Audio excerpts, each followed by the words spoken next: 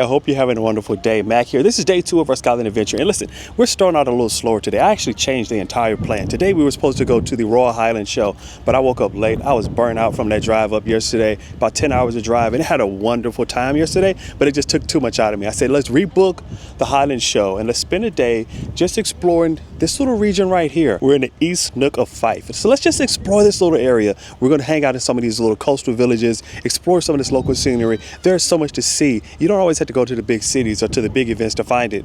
I think you'll find it right here in the small villages. Let's go see if I'm right.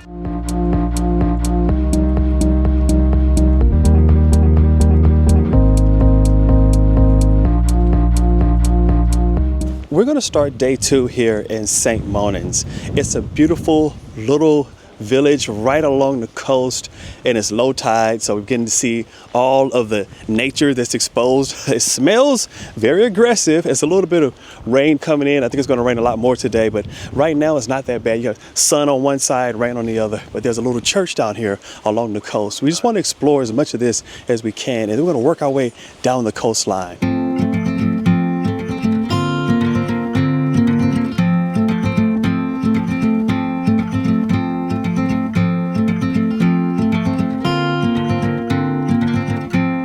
This is a beautiful, sleepy little village along the water. It'd be a nice place to be from. I don't know what I do here on a day-to-day basis. I think this would be a great location if you were an author. If you're writing a book, you could write a book from here. There's a church by the sea, and we've been walking through this little village trying to get to the church. Up the hills, down the hills. We're getting a full exploration right along the coast here. But I think we finally made it to the church. It just took a little while to wind our way to it.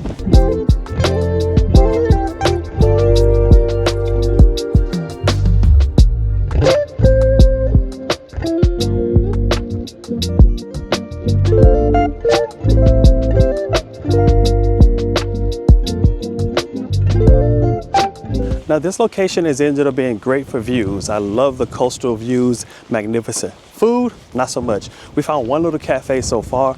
We want something to eat a little more substantial than that. The other place is not open until later, and we won't be able to try that at all.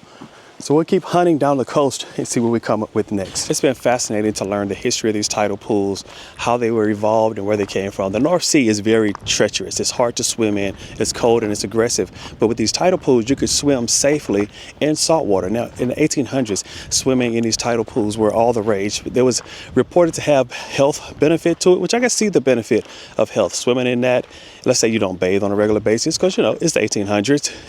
And swimming in that tidal pool, the salt water, would be relaxing and refreshing for your skin. Maybe knock off some of the, those things just scurrying around on your body. So I can see it from a health standpoint being really good, and even having some slight healing properties being in that salt water. But yeah, I still would like to do it. I don't know if I could do it today. Blair's trying to talk me out of it, but I would love to get into one of these tidal pools and just kind of splash around for a little bit. But it's a great way for young people to learn how to swim. And in these coastal regions, knowing how to swim is critical and crucial, and it's a safe way that historically they developed to do that. The tidal pool is no longer maintained by the council. Swim at your own risk. Max still wants to get in it to go find something because he saw something living in it, and now I have to figure out how to talk him out of it. Anybody have suggestions?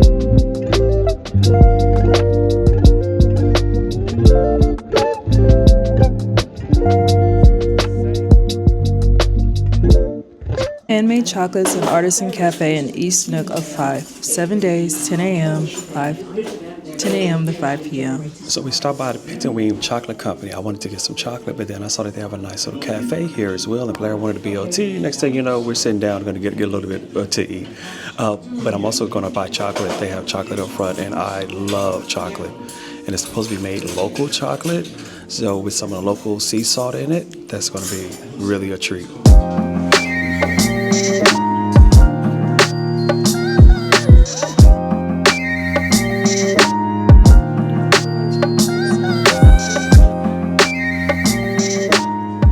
This nice little coastal village has a lot of history. It's an art scene now. There's a lot of art galleries scattered around. But I'm more interested in the cave, which has a centuries-old history. People have hid out of the cave. It's been used as a religious site. It was even used as a jail during witch trials. Yeah, a lot of history.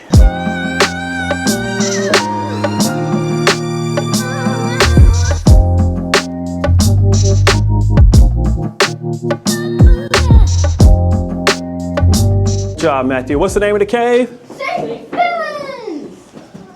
St. Philins Cave.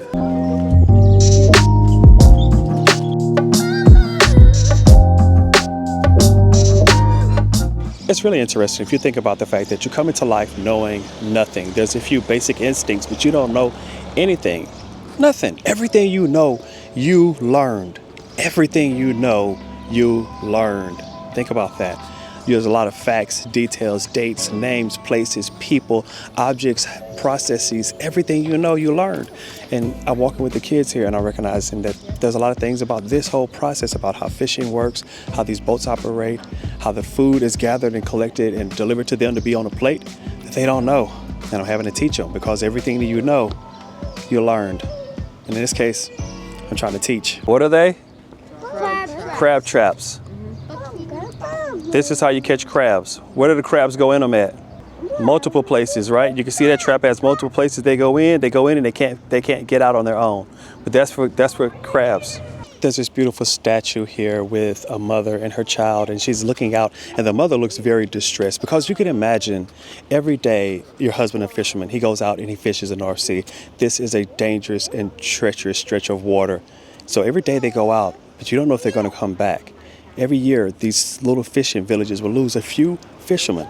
And you never know when your husband, brother, child would be the next one that may be lost. So that's why the distress is on the face of this mother. Now, of course, when I say these fishermen, I know that these specific fishermen don't put fish on everyone's plate. That's not what I'm trying to say. But I'm trying to say fishermen and all the fishermen around the world, people who work these hard jobs sometimes, these very demanding jobs that provide for us, the cattle ranchers, the farmers, the fishermen. That's what the backbone of culture is built on. The backs of hardworking men and women who get up every day and do the hard grind so the rest of us can enjoy lobster in a restaurant.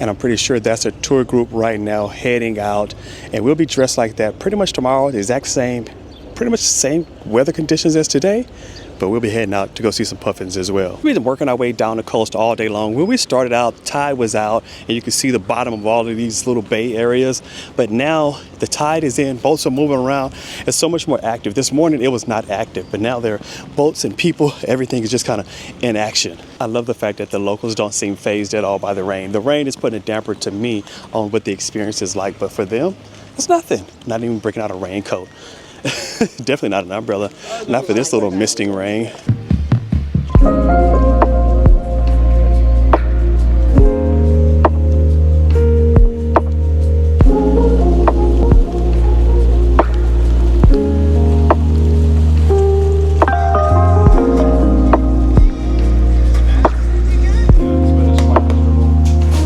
All right, I'm standing here with the berries, but the only thing is now I have to make it back to the car and it is really raining. Let's go.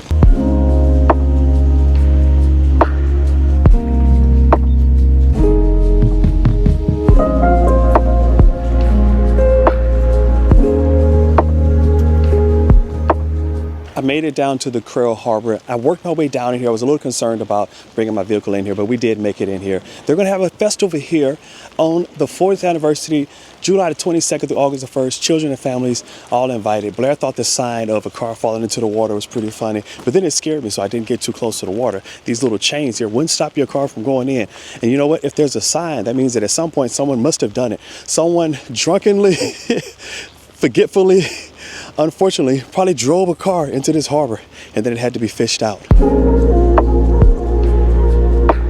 The thing I see and enjoying this water right now are the ducks. The ducks are having a great time out here on the water today.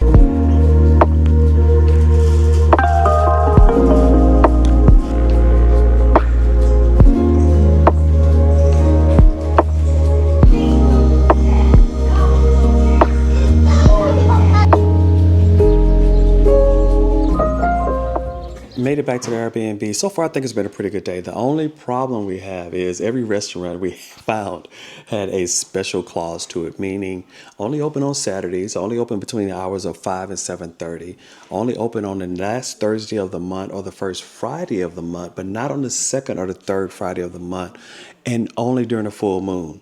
Meaning we don't know where to go get dinner yet. I want to try some of these restaurants. We went around today, we found a couple open cafes, but aside from that, we haven't been able to secure food. Now, we haven't spent as much time in St. Andrews, which I know is larger. Hopefully we can get something there. But the smaller fishing villages, really cute, really quaint, and really special on the hours for their restaurants.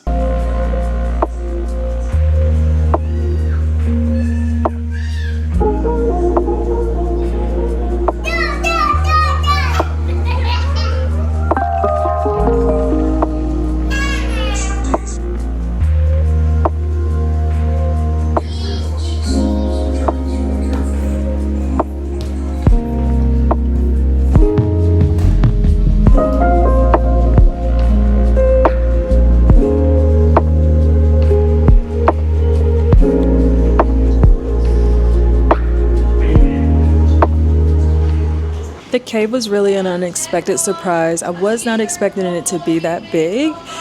So I was really glad that we had the opportunity to take the kids over there and for them to be able to see it. Also, just walking through a seaside town was just really nice, really quaint, and had a lot of fun doing that with the kids today. These trips are what you make of them. And today it was unexpected. It was really different than what we had anticipated. We planned for one thing, but ended up doing something entirely different. And you know what? I don't regret that change at all. It ended up being, in many ways, a better day because it was so unexpected. I didn't wake up this morning and think I'd be walking around in a cave. None of that. And the fact that we could flip direction, change what we're trying to do into something new and move in another direction and still have a wonderful experience, they're all the same, I think was great. The kids ended up learning a lot today. I think that made it better than what I had intended for them in the first place. There's still a lot to do and a lot for them to learn as we continue on this trip. This is only day 2. Let's see what we come up with tomorrow. I think they're going to really enjoy that. But hey, make sure you stick with us as well.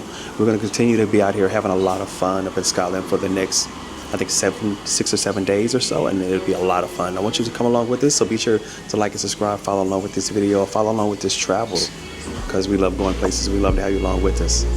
I'll see you tomorrow.